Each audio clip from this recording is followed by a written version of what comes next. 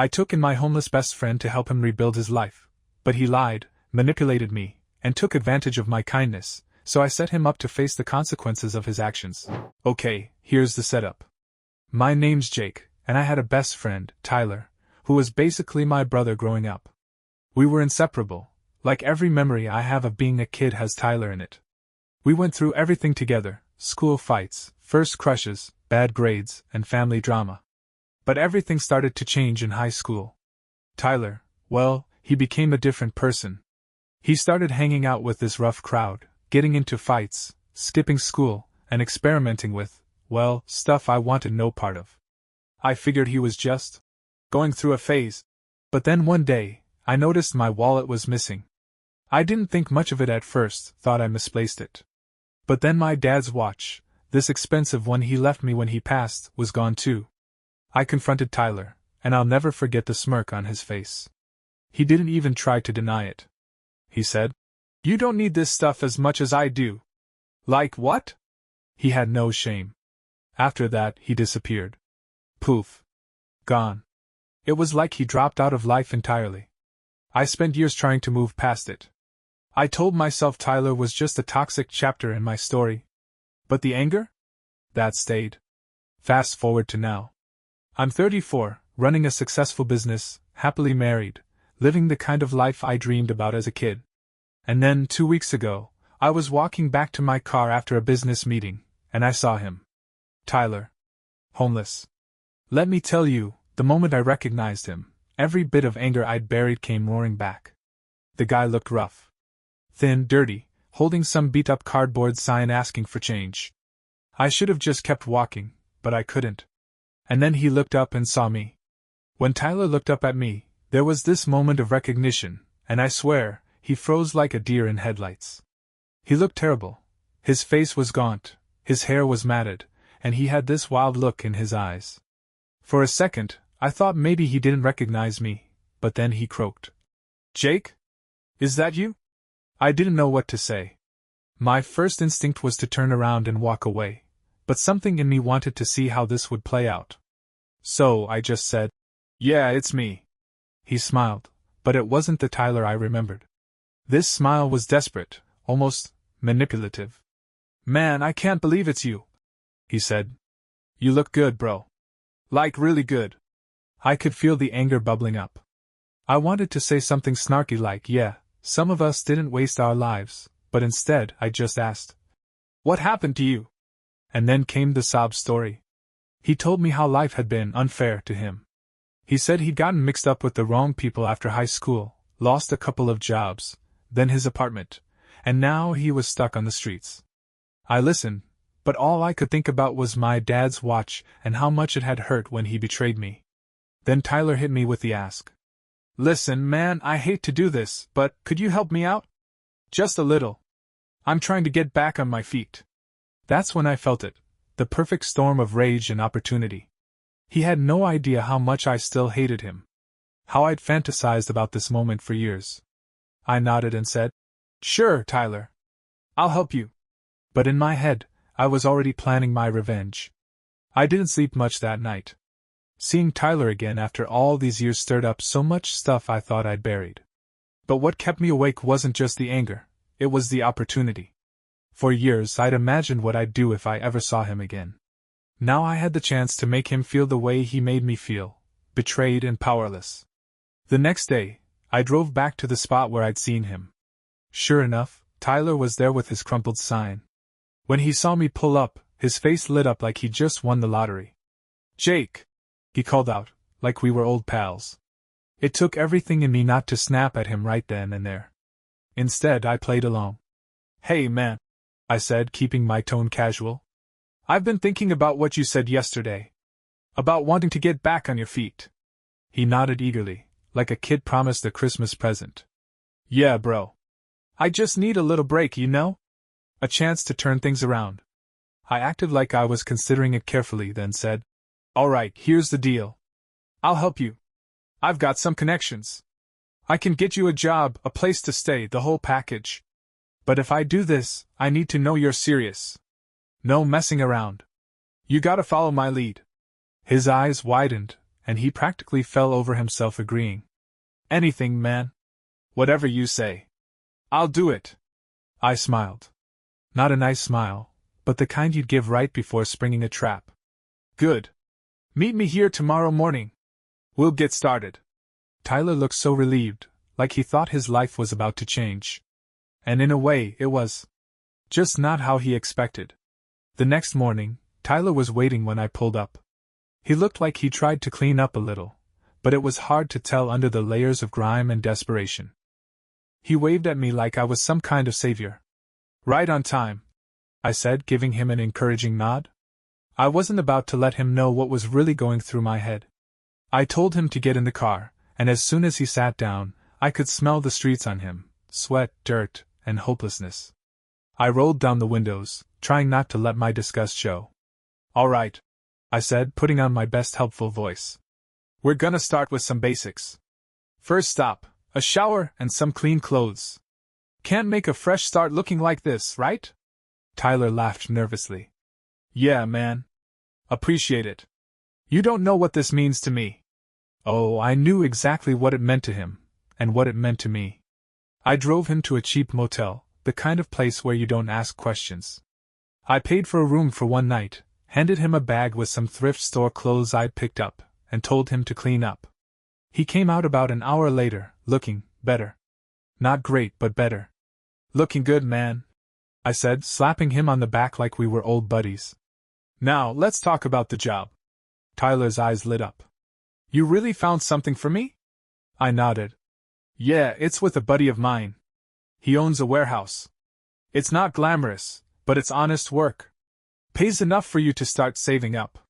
What I didn't tell him was that the buddy was just a guy I knew from my gym, and the job wasn't exactly stable. But Tyler didn't need to know that. Not yet.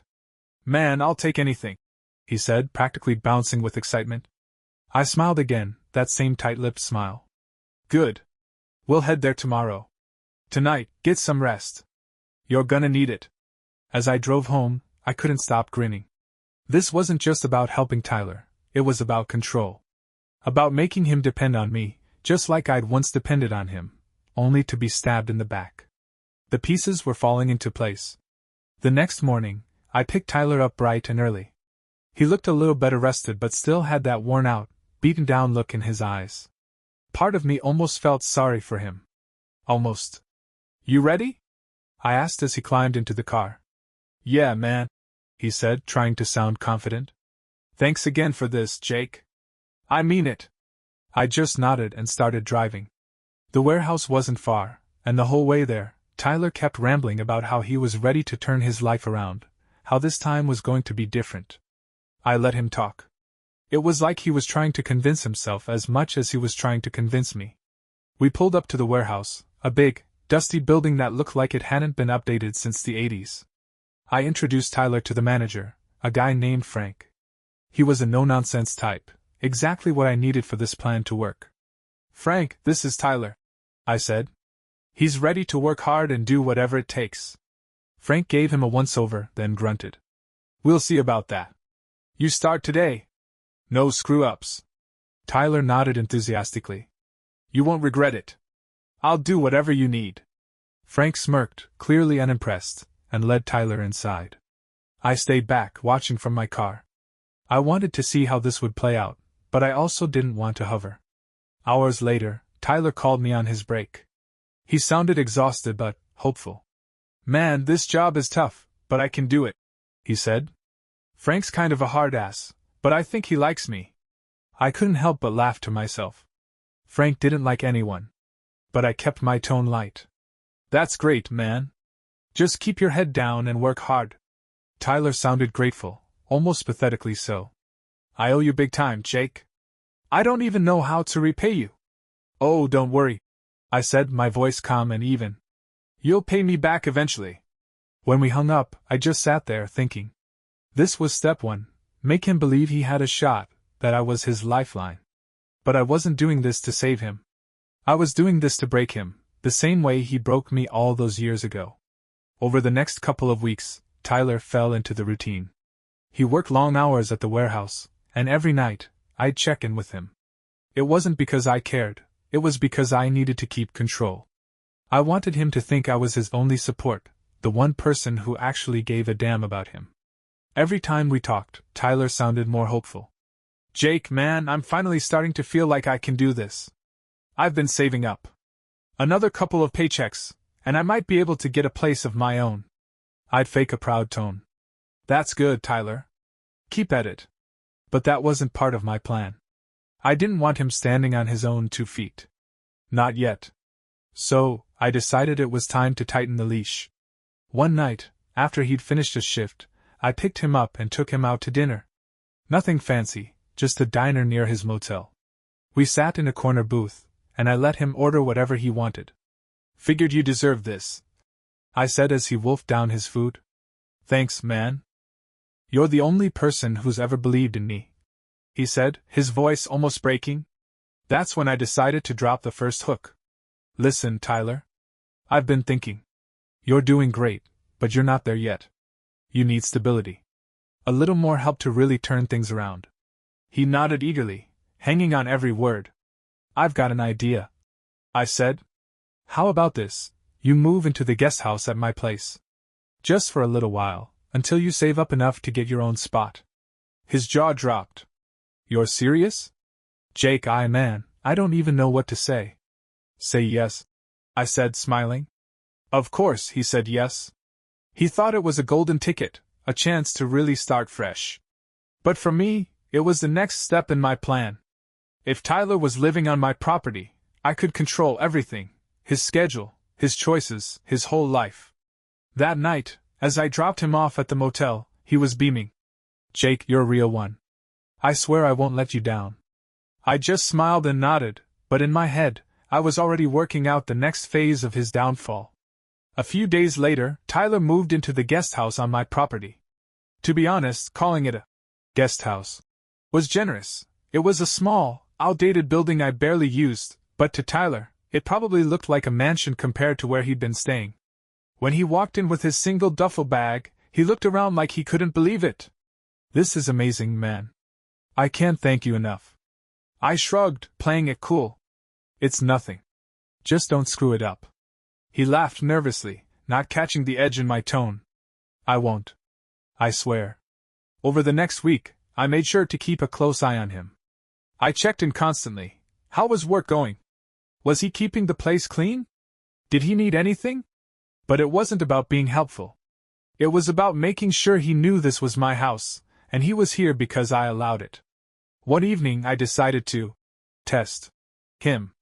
I told him I'd left my wallet in the guest house and asked if he'd grab it for me while I was working late. The wallet wasn't in there, of course. I just wanted to see if old habits would kick in. When I got home, I found Tyler waiting for me on the porch, wallet in hand. Found it on the counter, he said, holding it out like he'd passed some kind of moral exam. I nodded, taking it from him. Thanks. But in my head, I was already planning the next move. Things were going too smoothly. Tyler was too comfortable. I needed to remind him just how fragile his situation was. So the next morning, I showed up at the guest house unannounced. Hey, Tyler, I said, stepping inside without waiting for an invite. Mind if I take a look around? He looked startled but didn't protest. Yeah? Sure, man. Go ahead. I walked through the tiny space, opening drawers, checking closets, acting like I was just making sure everything was in order. But really, I wanted him to feel it, the discomfort, the lack of privacy.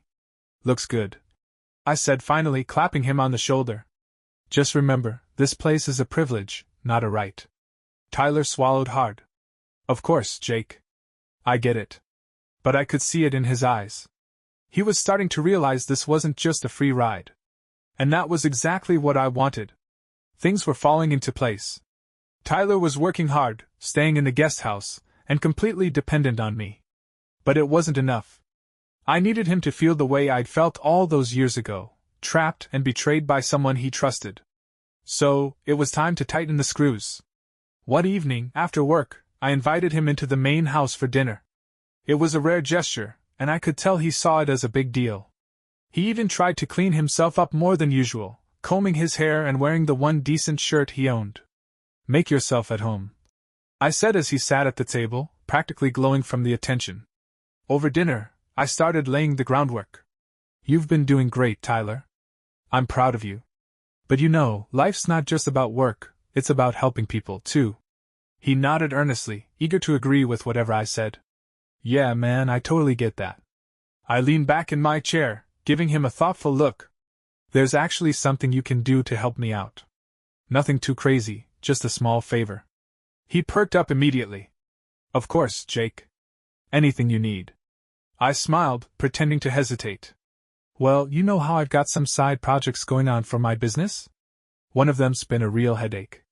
A vendor's been messing me around, and I need someone to go over there and have a firm conversation. Nothing illegal, just let them know I'm serious about getting what I'm owed." Tyler's face twisted in confusion. You mean like, intimidate them?" "Not exactly," I said, keeping my tone casual. "Just make it clear we're not messing around. You'd be helping me out big time." He hesitated, and for a moment I thought he might say no.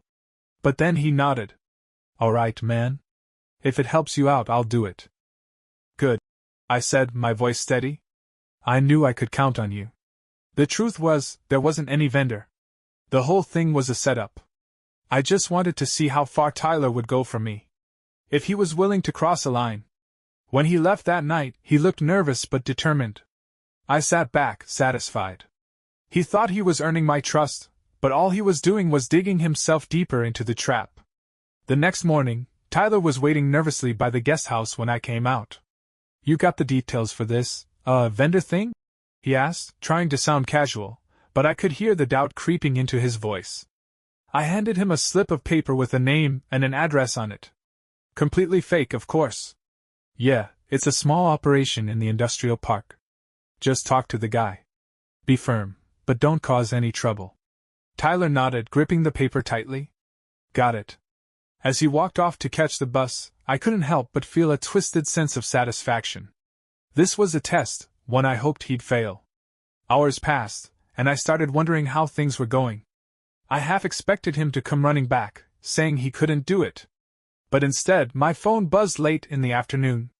"Hey, Jake," Tyler said, his voice shaky. I did what you asked?" The guy wasn't happy, but I think he got the message. "Good," I said, hiding my surprise. "See? You're more capable than you think." But something about his tone stuck with me. He sounded rattled, almost scared. So, I decided to dig a little deeper. "Did something happen?" There was a pause, and then he admitted. "Well, I might have gotten a little heated. The guy started yelling at me, so I kinda shoved a box off his desk to make a point." I leaned back in my chair, a slow smile spreading across my face. He was already slipping into old habits. "As long as you didn't hurt anyone, it's fine." "You did good, Tyler. Thanks for helping me out." "Yeah, no problem," he muttered, but I could tell the situation had shaken him. After we hung up, I sat there for a while, thinking. He was falling into the trap perfectly, proving, once again, that deep down, he was still the same selfish, reckless guy who'd stolen from me all those years ago. Now it was time to escalate. If Tyler thought this was bad, he hadn't seen anything yet. Over the next few days, Tyler started acting off. He seemed jumpy, always looking over his shoulder. At first, I thought it was just guilt from the fake vendor job I sent him on, but then he started avoiding me. He'd stay in the guest house, barely come out unless it was for work, and when I'd ask how things were going, he'd give short, vague answers. I let it slide at first. I wanted to see how long it would take before he cracked. But then, one evening, I noticed something strange. Tyler wasn't in the guest house. It was late, around 10 p.m. His shift at the warehouse ended hours ago, and he always came straight back. I checked inside the guest house, but it was empty. The bed wasn't made, and his work boots were gone. That's when I decided to call him. "Hey, where are you?" I asked when he finally picked up. There was a long pause on the other end. Out. Just needed some air." "Air?" I repeated, keeping my tone casual. "At 10 o'clock at night?" "Yeah, man. I was just feeling cooped up, you know?" He sounded nervous, like he knew I wasn't buying it. "All right," I said. "Don't stay out too late. You've got work in the morning." When he hung up, I stared at my phone, my mind racing. Something didn't add up. Tyler didn't have any friends or connections in town, he barely had money for food, let alone a night out. So where was he going? The next day, I decided to confront him. When he got back from work, I was waiting on the porch. Where were you last night? I asked, cutting straight to the point. He froze, his face flushing. I told you, I was just out for a walk. Don't lie to me, Tyler, I said, my voice low and calm. You've been acting weird lately. What's going on? He hesitated, shifting from foot to foot. Then he blurted. All right, fine. I've been meeting someone. Now that threw me. Meeting someone? Who? A girl, he admitted, looking embarrassed. She works at this diner near the warehouse. We've been talking. That's all. For a moment, I almost believed him. But something about the way he avoided my eyes made me suspicious. Was this really just about a girl, or was he up to something else? Look, I said, keeping my tone neutral. I don't care if you're seeing someone. But don't forget who's helping you right now. If you screw this up, you're out. Understand? He nodded quickly. I get it. I won't mess this up, Jake.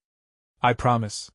But as I watched him retreat to the guest house, I couldn't shake the feeling that there was more to this than he was letting on. And I was going to find out exactly what. A couple of nights later, I decided to follow Tyler.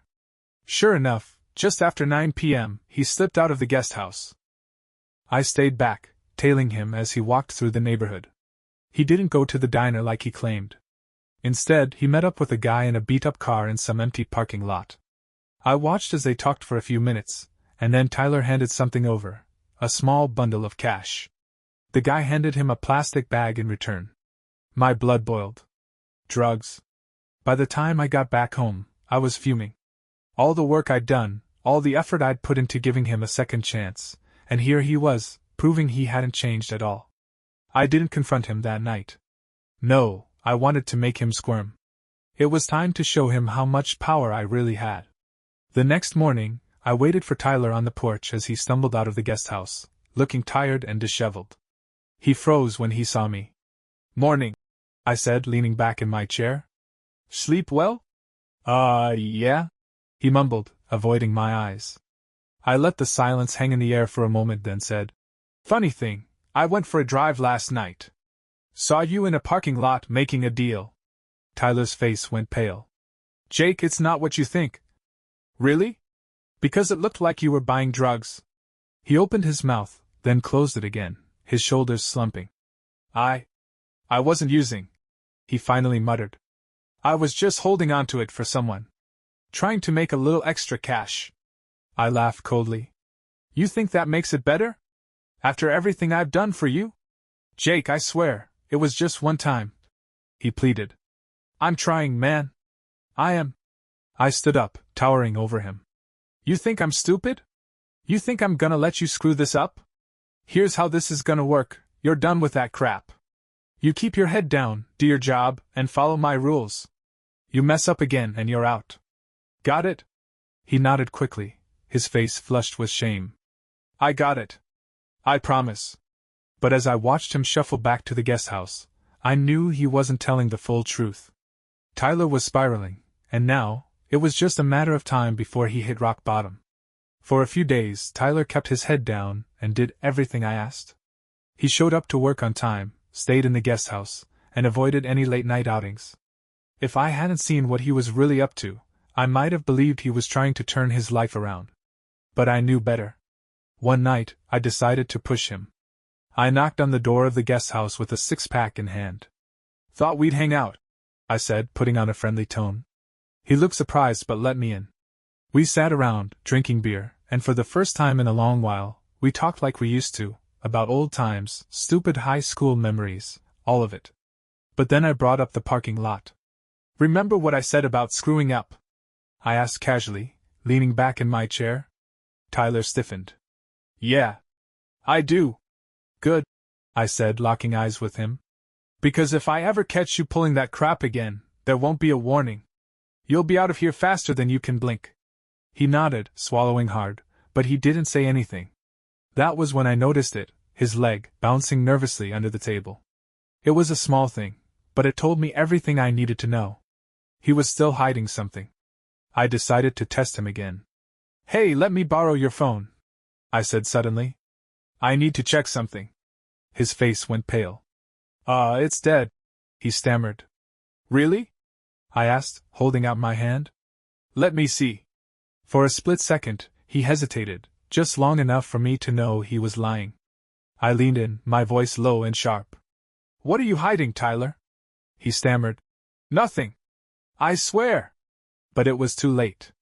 I stood up and loomed over him, and for the first time, I saw real fear in his eyes. He knew he'd screwed up, and now he was caught. Tyler panicked as I grabbed his phone from the table. Jake, don't. He started, but I was already unlocking it.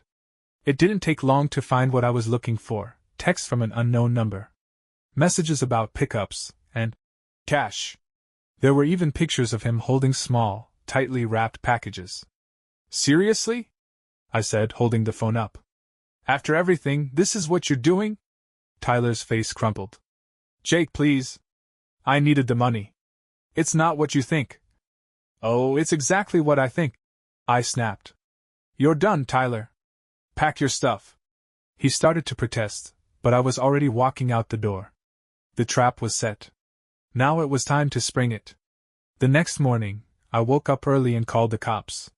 I told them I suspected drug activity in my guest house, giving them the fake evidence I'd planted the night before, a small bag of pills I'd taken from an old work contact. I placed it under Tyler's mattress, right where I knew they'd look. When the police arrived, Tyler was still half asleep. I stood on the porch, arms crossed, watching as they searched the guest house. It didn't take long for them to find the bag. What the hell is this? Tyler shouted as they cuffed him. Jake, you know this isn't mine. Tell them. I just shook my head, feigning disappointment. You lied to me, Tyler. Over and over. You brought this on yourself. He kept yelling as they dragged him to the squad car, his face a mix of betrayal and rage. And for a moment, I felt a twinge of guilt. But then I thought about my dad's watch, the years of anger, and all the lies. This was the ending Tyler had earned.